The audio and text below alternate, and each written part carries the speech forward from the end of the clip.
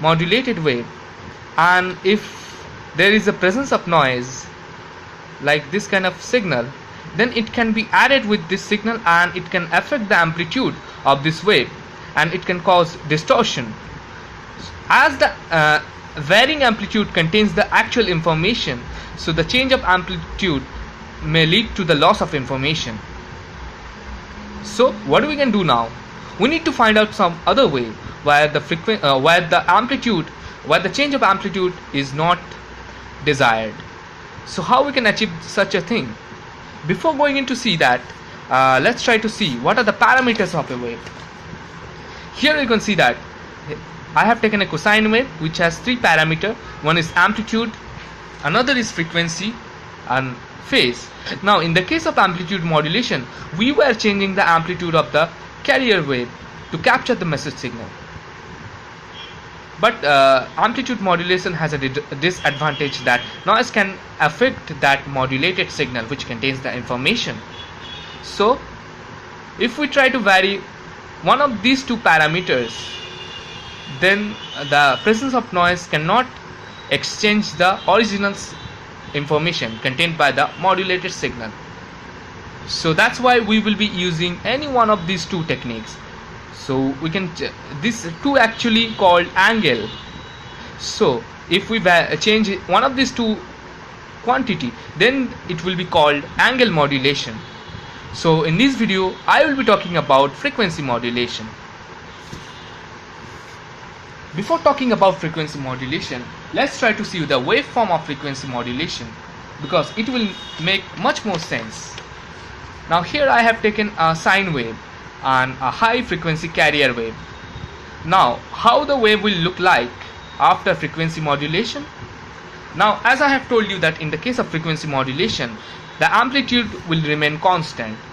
Rather the frequency will be changed to capture the message signal. So after modulation you will be seeing that sometimes the frequency will be increase, sometimes decrease, and in this manner. Okay, let's try to see. Now I have drawn all of these halves. So you can see that at this half, amplitude of the modulating signal is increasing, so the frequency should have to increase at this period of time. Here you can see that the frequency is increasing, and after this half, means in this half the frequency is decreasing, the amplitude is decreasing, so the frequency should have to decrease in this way. And after this half, in this half the frequency is further decreasing and going to the negative maximum, so it should also decrease. But after this, in this half the frequency is increasing, so the frequency should increase again, and in this half the frequency is increasing, so the amplitude is increasing, so the frequency should have to increase. So the frequency modulated wave will look like this. Now let's try to derive some equation for frequency modulation in order to achieve this thing.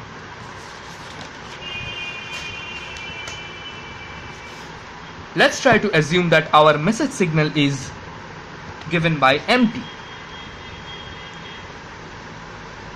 I am taking mt as am cosine of omega m t.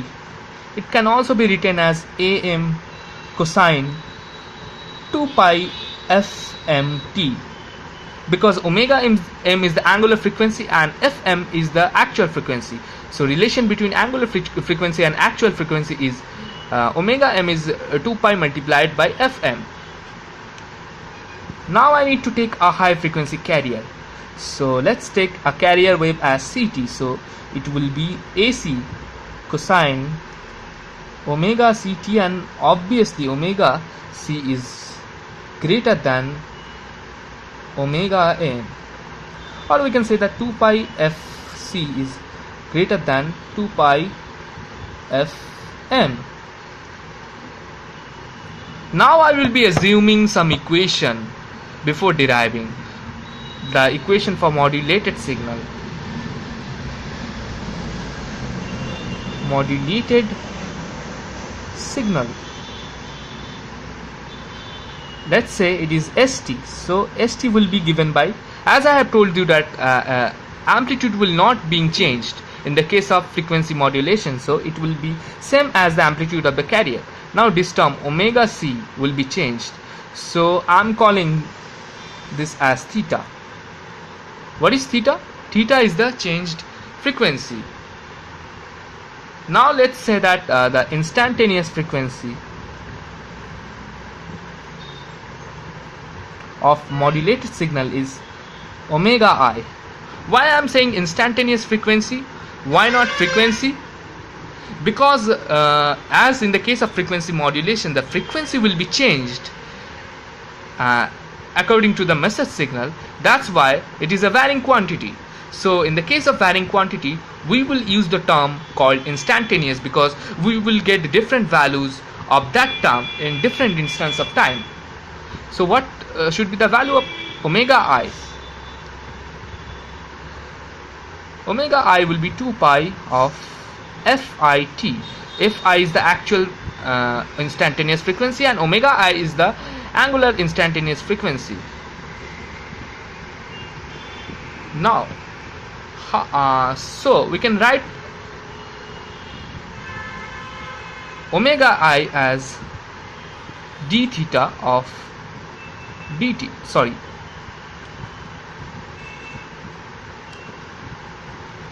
Now we can write theta as 2 pi of fit.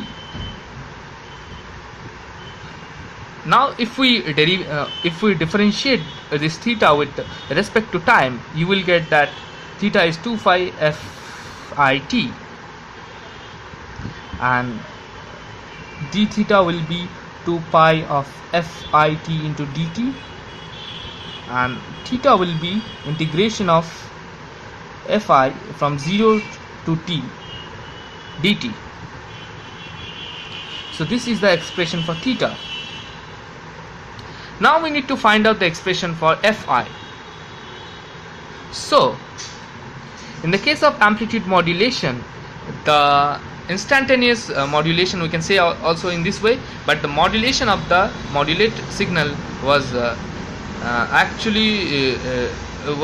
changing according to the message signal. So here something should be added with the frequency of the carrier. So what is that thing? That thing is kf into mt. So this is actually changing according to the message signal. Kf is the frequency sensitivity. We can take it as 1. So this is the equation. Now if we put this equation here, you will get that theta equals to, I am just putting the value of fi in this equation. You will get that fc plus kf into mt, kf multiplied by mt multiplied by dt.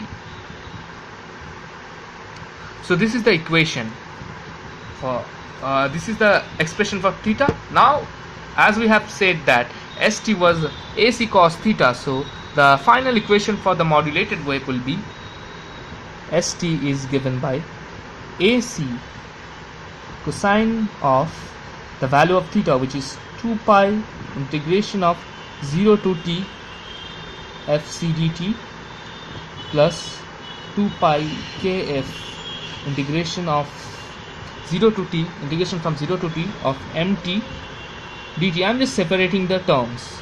So this is the equation for frequency modulated wave. Now we need to expand this equation further. Before expanding this equation, I would like to introduce another term called frequency deviation. As you can see that the frequency of the carrier wave was changing, so we need to find out something called frequency deviation. Let's try to see what is it. Frequency deviation is the difference between the maximum instantaneous frequency and the normal frequency. As we can see that fi is given by fc plus kf into mt. So I'm just putting the value of mt here. You will get that fi is fc plus am multiplied by kf multiplied by cosine of omega t. So what should be the maximum value of this instantaneous frequency? this will be maximum whenever this term cos omega mt is 1. So the maximum value will be fc plus am multiplied by kf. So as I have told you that the frequency deviation is the difference between instantaneous frequency and the normal carrier frequency.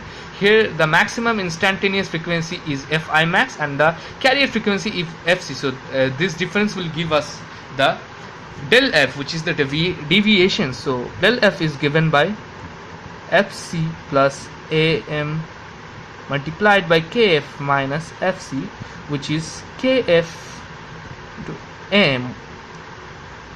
So from this deviation we will be finding the modulation index or the modulation depth. I will be deriving that term very soon. Now let's try to expand this equation further. I'm going to put the value of kf that we can find from this equation. Kf will be del f divided by am. So I need to integrate this. So cosine of 2 pi fct, I'm just integrating this term, plus 2 pi kf is del f by am, and the integration of our message signal was a cosine wave, so integration will give us a sine wave. So let's try to write the equation. Am cosine of omega m, or you can write at 2 pi fm t multiplied by dt. So the integration will give us this result.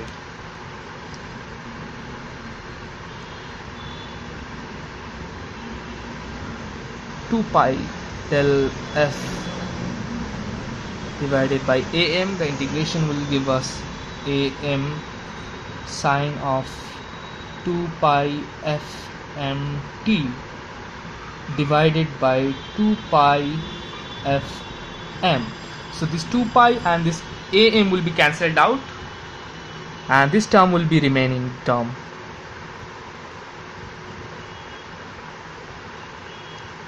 Del f divided by fm sine of 2 pi fm t.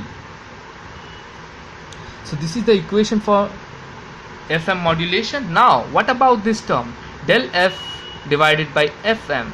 This term is called modulation index. Modulation index, or the depth of modulation. We can write it as beta.